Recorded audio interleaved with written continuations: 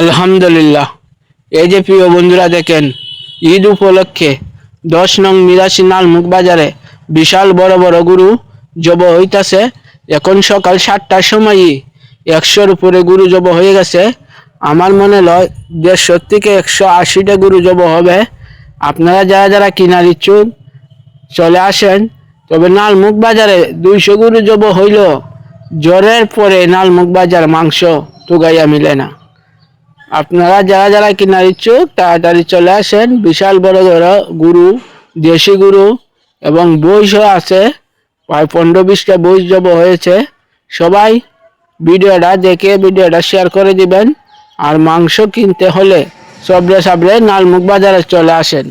নালমুখ বাজার এমন একটা বাজার, এখানে টাকার কোনো প্রশ্ন আসে না।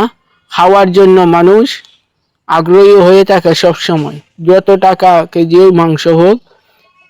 কিন্তু জোহরের পরে এই নালমুখ বাজারে মাংস মিলে না। এই সবাইকে অনুরোধ করব, যারা যারা মাংস কেনার ইচ্ছুক সবে সবে চলে আসবেন। পরবর্তীতে আসলে এমন আছে মাংস না পাইতে পারেন। নালমুখ বাজারে কিছু থাকে না। প্রতি বাজার বারে 15 থেকে 20 বার মাছ হয়। এই নালমুখ বাজারে রাত 8টার সময় মাছ কিনতে গেলে মাছ টুকাইয়া মিলে না।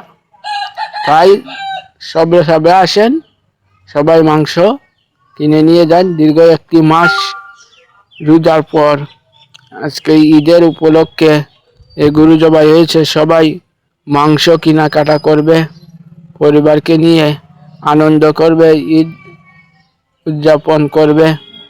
ভিডিওটা আবারও বলছি, সবাইকে যদি ভালো লাগে সবাই ভিডিওটা শেয়ার করে দিবেন। এই যে দেখেন বিশাল বড় একটি গাই, অনেক বড়। এই গাইটাতে 5-4 মণ মাংস হইতে পারে। এই গাইডা আনা হয়েছে।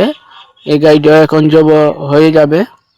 গরুর অনেক তো জব হয়ে গেছে। বড় বড় গরু যারা তা ছিল, বিশাল বড় বড় গরু জব রাত 2টার থেকে গরু জব হইতাছে নালমুখ বাজারে। রাত 2টার সময় অনেক গরু জব হয়েছে।